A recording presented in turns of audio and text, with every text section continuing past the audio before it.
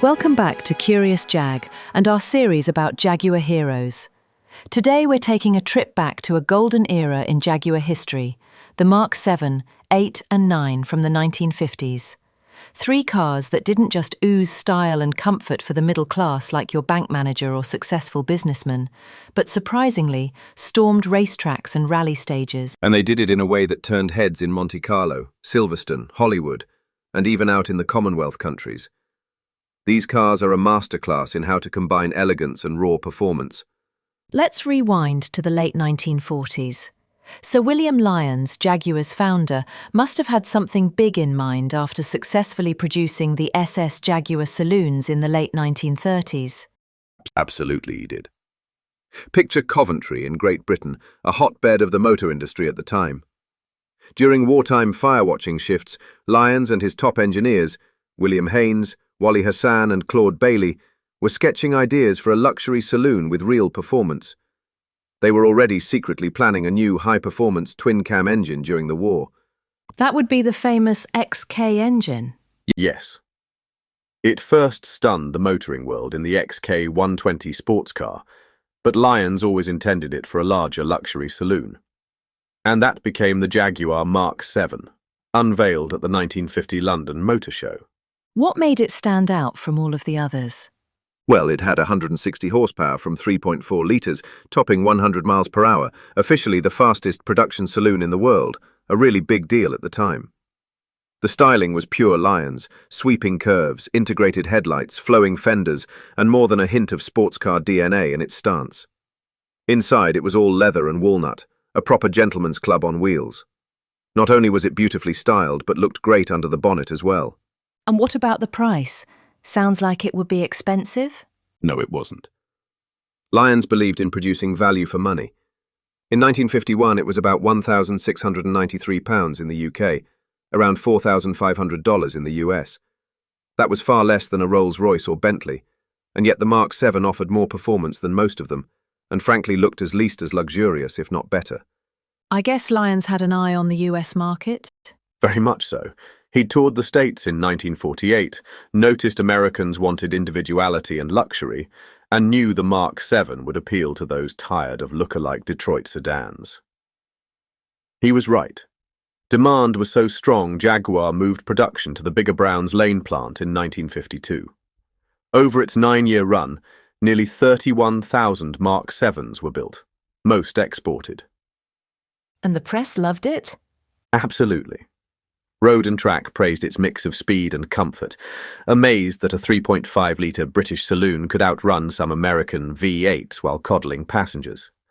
Now, not everyone expects a big luxury saloon to be a motorsport hero. Surely it wasn't a race car. Well, the Mark 7 proved them wrong.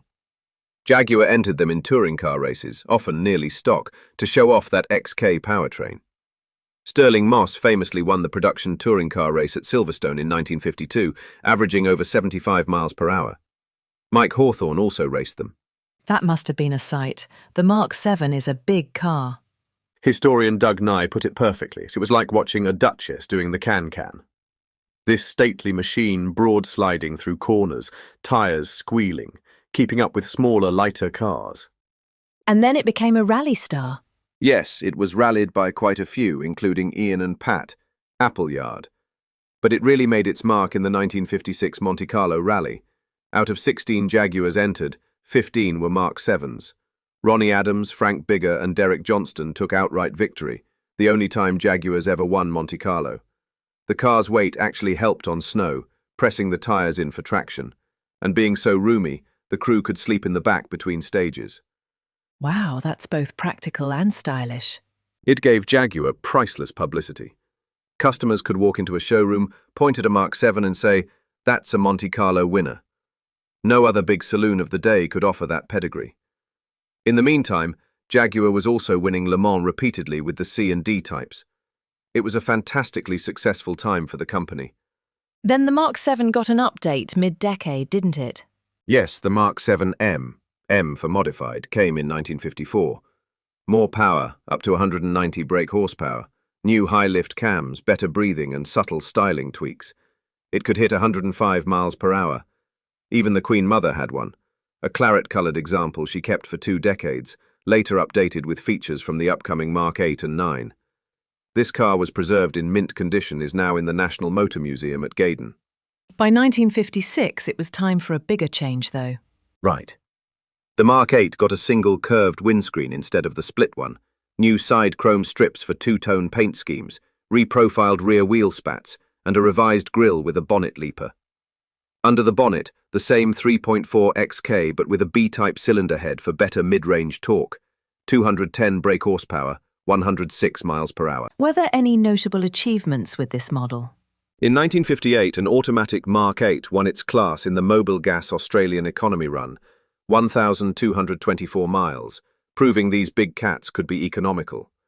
In Australia and New Zealand, they were prestige cars, often used for official duties, and even entered in events like the Red X Round Australia trials. And then came the ultimate version, the Mark 9. Introduced in October 1958, it looked much like the 8, but had major upgrades. A 3.8-litre XK engine with 220 brake horsepower, 4-wheel Dunlop disc brakes and standard power steering. Now it could reach 114 miles per hour and stop as well as it went. That must have transformed the driving experience. It did. Reviews raved about the braking and fingertip steering. Inside, it was peak British luxury. Connolly leather, walnut trim, lamb's wool rugs. In the US, it undercut Cadillac and Lincoln, while offering more refined road manners. These were among the last Jaguars with body-on-frame construction, weren't they? Yes, tough and durable, great for rallying, but the world was moving to monocoque designs. In 1961, the Mark 10 arrived with unitary construction and independent rear suspension, making the upright and stately Mark 9 look old-fashioned. Only 10,002 Mark 9s were built before production ended. So, in the big picture, what did these cars mean for Jaguar? They cemented Jaguar as a world-class luxury manufacturer, brought in export revenue at a very critical time for Great Britain, and gave the brand global prestige. They proved a luxury saloon could have a racing heart. In Australia, New Zealand, the UK and the US, they became status symbols, official cars and competition entries. So, civilized luxury with a wicked turn of speed. Precisely. Grace, space and pace wasn't just an advertising slogan. It was the truth. And that's why these cars remain a high point in Jaguar's story. I think you've convinced everyone watching that these weren't just cars, they were characters. Exactly. Driving one today is like stepping back into an era when style and speed went hand in hand. And for those watching, if you get a chance to ride in one, take it. It's not so much a journey as an event. Quite. Just don't expect to leave without wanting one, hey? Now that brings our journey through the Jaguars of the 1950s to a close. If you'd like to explore the full story in more detail, complete with rare photographs, technical data, and tales of surviving cars, the new book Jaguar, Mark 7 to 9 Saloons by Richard Waugh, is now available. It's a must for enthusiasts, historians, or anyone who simply appreciates the unique blend of grace, space, and pace. Order your copy today and take this remarkable history home with you. This has been a production by Curious Jag. Please like and subscribe.